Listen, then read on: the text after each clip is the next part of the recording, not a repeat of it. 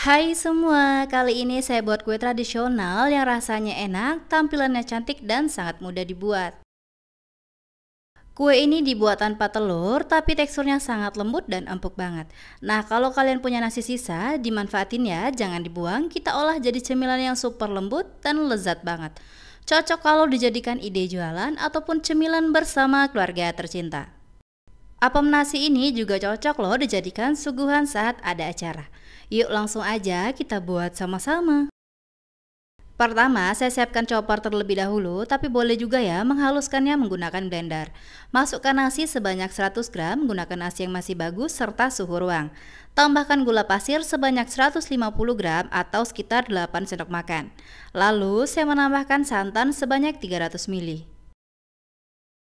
Nah, untuk santan yang saya gunakan ini santan instan ya, saya tambah dengan sedikit air.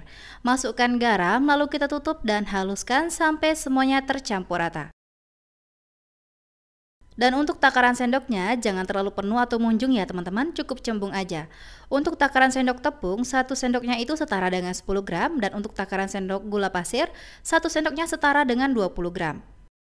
Nah, setelah saya haluskan semua bahannya, ini udah tercampur ya. Kita buka choppernya, dan kalau udah rata, sisihkan adonan ini terlebih dahulu. Di wadah yang bersih yang lain, saya menambahkan tepung terigu sebanyak 100 gram atau sekitar 10 sendok makan. Tambahkan juga tepung beras sebanyak 100 gram atau sekitar 10 sendok makan. Bahan-bahan yang udah kita chopper tadi, kita masukkan semua ke dalam wadah ya teman-teman. Kita campurkan jadi satu. Langkah selanjutnya, saya menambahkan ragi instan sebanyak 1 sendok makan. Gunakan ragi yang masih baru serta masih aktif ya teman-teman. Lalu diaduk rata dengan whisker sampai tercampur semua bahannya rata dan larut serta raginya juga ikutan larut ya teman-teman. Dan untuk ragi instannya juga, pastikan dalam keadaan suhu ruang ya. Nah, kalau udah rata dan udah tercampur, adonan ini kita diamkan terlebih dahulu ya, sampai 1 jam, sampai adonannya mengembang serta muncul gelembung-gelembung pada permukaan adonan. Kita tutup menggunakan plastik wrap ataupun kain bersih. Nah, setelah 1 jam, adonannya sudah mengembang dan terlihat ya, kalau gelembung-gelembungnya udah muncul pada permukaan adonan. Kita buka plastik wrapnya, dan ini akan saya aduk dengan whisker ya, sampai tercampur rata dan adonannya menyusut serta gelembung-gelembungnya pecah.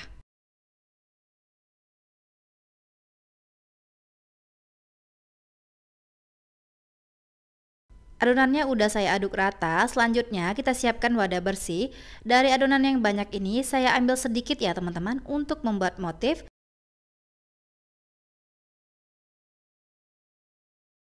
Ini original aja ya, tanpa diberikan pewarna apapun. Dan untuk adonan yang paling banyak, berikan pewarna makanan berwarna hijau tua, serta sedikit menambahkan pewarna makanan berwarna coklat tua. Tujuannya supaya warna hijau yang dihasilkan jadi lebih cantik dan menarik, seperti kita menggunakan daun pandan asli yang ditambah dengan daun suji. Nah, adonannya udah rata, kita sisihkan terlebih dahulu. Kita siapkan cetakannya, jangan lupa ya untuk diolesi minyak sayur supaya tidak lengket. Untuk cetakan yang saya gunakan ini berbentuk bunga matahari.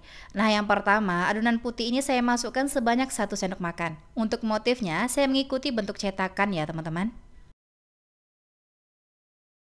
Tapi kalau teman-teman tidak suka ataupun memiliki kreasi yang lain, boleh ya dikreasikan supaya kue apemnya jadi lebih cantik. Nah, kalau udah, kita lanjut ya untuk dikukus. Pastikan kukusannya sudah panas, airnya juga sudah mendidih. Langsung aja kita masukkan kuenya satu persatu ke dalam kukusan. Kalau gunakan kukusan biasa, jangan lupa ya tutupnya dialasi kain bersih supaya uap panasnya tidak menetes ke dalam adonan. Ini dikukus dengan api kecil selama 2 menit sampai set.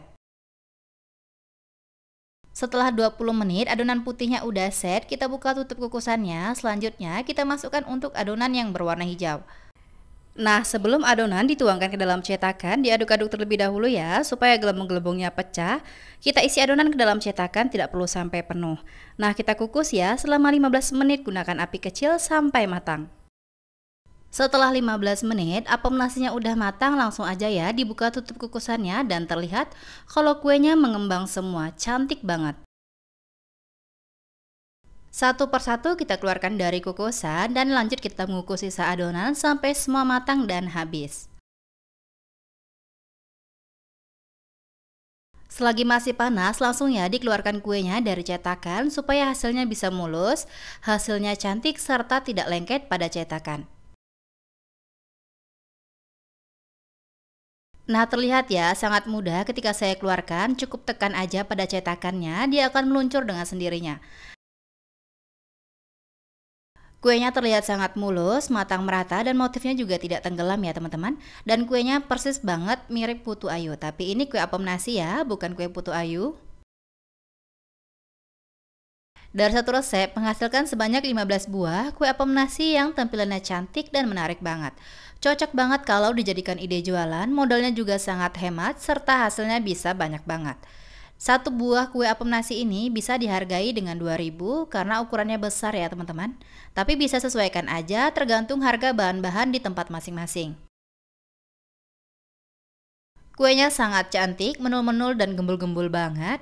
Dan terlihat ya, motifnya juga tidak tenggelam. Terlihat juga sangat empuk banget ketika saya tekan. Dan ini persis banget mirip squishy ketika ditekan kembali ke bentuk semula.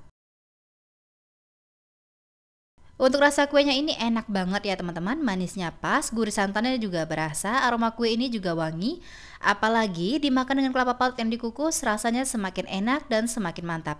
Apalagi ditambah dengan minum teh ataupun kopi bersama keluarga tercinta di sore hari. Dan resep ini rekomen banget kamu cobain di rumah ya. Selain untuk jualan, untuk cemilan keluarga, boleh juga kue yang satu ini dijadikan suguhan kalau lagi ada acara di rumah. Sangat simpel dibuat, serta rasanya enak banget. Terima kasih sudah menonton video saya, semoga videonya bermanfaat. Selamat mencoba, sampai jumpa di video selanjutnya.